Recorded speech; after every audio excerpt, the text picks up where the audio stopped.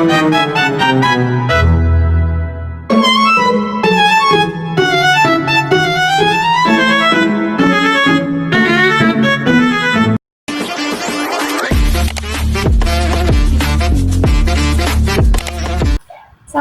warahmatullahi wabarakatuh. Salam sejahtera untuk semuanya. Selamat datang di video saya. Video ini saya buat untuk memenuhi tugas kuliah ujian akhir semester 3 pada mata kuliah Komunikasi dalam Pengasuhan Anak Usia Dini di bawah bimbingan Ibu dosen Ibu Suparmiati MPD. Perkenalkan, nama saya Lutfi Anissa. Nomor induk mahasiswi 2402012, mahasiswi program studi pendidikan Islam anak usia dini dari Sekolah Tinggi Ilmu Tarbiyah Ihsanul Fikri. Dalam video ini, saya akan membahas satu pilar yang sangat krusial tapi sering terabaikan dalam dunia pendidikan anak usia dini, yaitu komunikasi efektif antara orang tua dan guru. Kita menyadari bahwa tantangan guru saat ini tidak hanya terbatas di dalam kelas saja, melainkan juga merambah ke ruang digital. Melalui sebuah studi kasus nyata, saya akan menganalisis dinamika komunikasi yang terjadi, sekaligus merumuskan strategi komunikasi efektif yang berbasis pada prinsip psikologi komunikasi dan bentuk komunikasi modern. Semoga video ini dapat memberikan wawasan bagi kita semua. Selamat menyaksikan.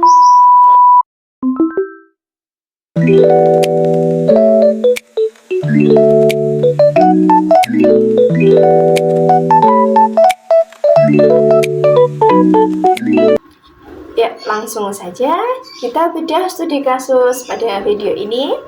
Ini adalah sebuah grup WhatsApp guru dengan wali murid dalam sebuah lembaga.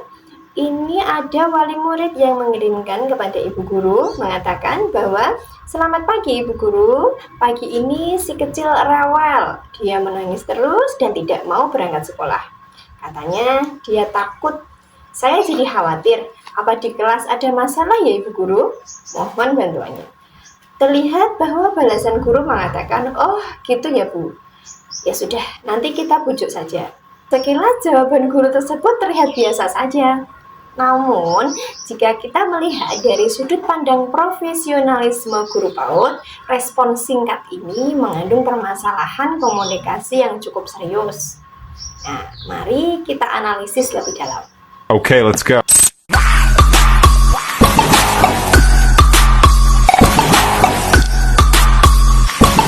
Berdasarkan materi yang telah dipelajari dalam mata kuliah komunikasi dalam pengasuhan anak usia dini, menemukan 3 poin utama dalam analisis kasus ini.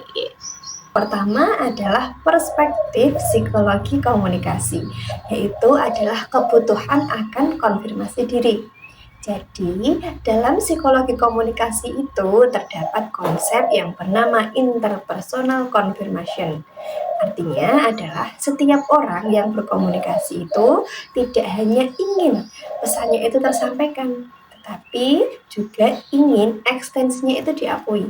Jadi saat orang tua itu menyampaikan kecemasannya, mereka itu sedang berada dalam kondisi emosional yang rentan. Respon guru yang minimalis seperti percakapan tadi itu dikategorikan seperti mengabaikan perasaan orang tua atau disebut disconfirming respon. Khususnya adalah jenis impersonal respon, atau yang dimaksud adalah guru itu merespon dengan kalimat klise seolah-olah menganggap perasaan orang tua adalah hal yang remeh. Nah, hal ini dapat mencederai harga diri orang tua. Jadi orang tua itu bisa berpikir, apa saya itu adalah orang tua yang berlebihan ya? Atau orang tua juga bisa berpikir, apa pendapat saya ini tidak berharga ya bagi bu guru. Nah, dan juga bisa menurunkan tingkat kepercayaan wali murid terhadap institusi sekolah. Yang kedua adalah karakteristik komunikasi modern, yaitu fenomena textual ambiguity. Ya, ambigu ya. Kita ini hidup di era komunikasi digital. Sosial media WhatsApp adalah media yang low context communication, di mana tidak ada suara, tidak ada jeda nafas, dan tidak ada ekspresi wajah. Kata ya sudah bagi guru mungkin berarti saya mengerti. Namun bagi orang tua bisa diartikan saya itu sedang malas. Saya lagi tidak mau diganggu.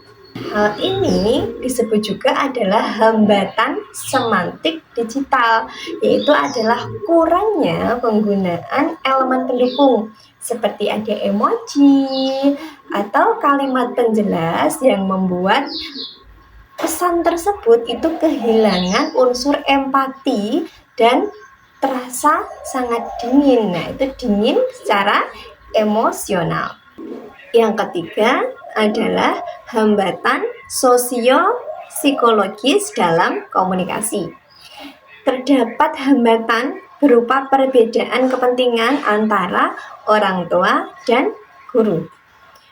Orang tua itu berfokus pada keamanan anak, sementara guru dalam kasus ini terjebak pada orientasi rutinitas.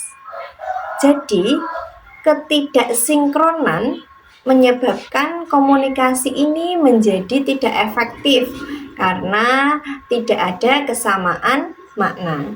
Lalu, strategi apa yang harus kita terapkan? Saya merumuskan sebuah kerangka kerja yang saya sebut sebagai strategi 3A.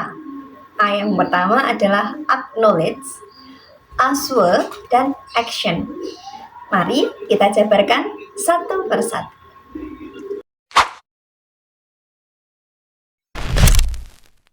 Ya, A yang pertama adalah acknowledge atau mengakui perasaan.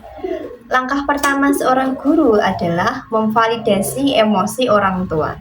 Jadi, sebelum guru memberikan perintah kepada orang tua, guru wajib mengakui perasaan mereka. Jadi, guru bisa memberikan kalimat seperti, "Selamat pagi Bunda, terima kasih informasinya.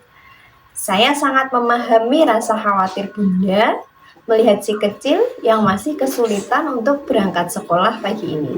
Nah, seperti itu adalah bentuk empati verbal yang akan membuka jalur komunikasi yang lebih terbuka. Kemudian, strategi yang kedua adalah assure, yang berarti adalah memberikan keterangan.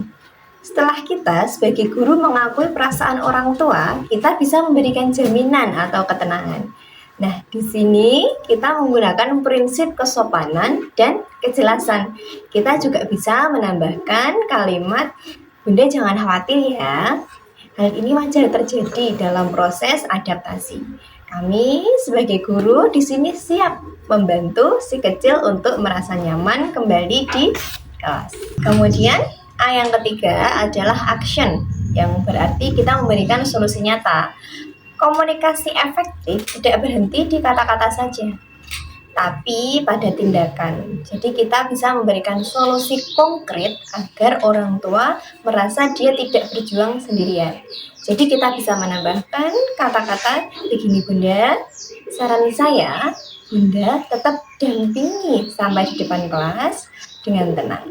Selanjutnya, biarkan saya yang menjemputnya dengan membawakan mainan favoritnya.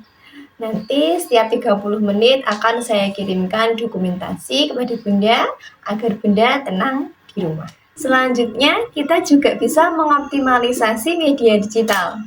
Kita bisa menggunakan fitur voice note atau pesan suara karena suara guru yang lembut dan berwibawa dapat mentransfer energi positif yang tidak bisa dilakukan oleh teks. Ini adalah cara memanfaatkan teknologi untuk menjembatani jarak psikologis. Jadi dengan strategi-strategi tersebut kita tidak hanya menyelesaikan masalah anak yang mogok sekolah, tetapi juga menguatkan ikatan emosional antara guru dan orang tua. Demikian video presentasi saya untuk mata kuliah komunikasi dalam pengasuhan anak usia dini. Terima kasih kepada Ibu Suparmiati MPD selama 1 semester ini telah membimbing saya. Saya memahami bahwa mengajar bukan hanya soal berbicara, tetapi mendengarkan dan memahami. Saya Lutfia Anissa dari Sekolah Tinggi Ilmu Tarbiyah Ihsanul Fikri memohon maaf atas segala kekurangan dalam video ini. Semoga apa yang saya sampaikan bermanfaat bagi kemajuan pendidikan anak usia dini di Indonesia. Mari terus belajar karena guru yang berhenti belajar harus berhenti mengajar. Assalamualaikum warahmatullahi wabarakatuh.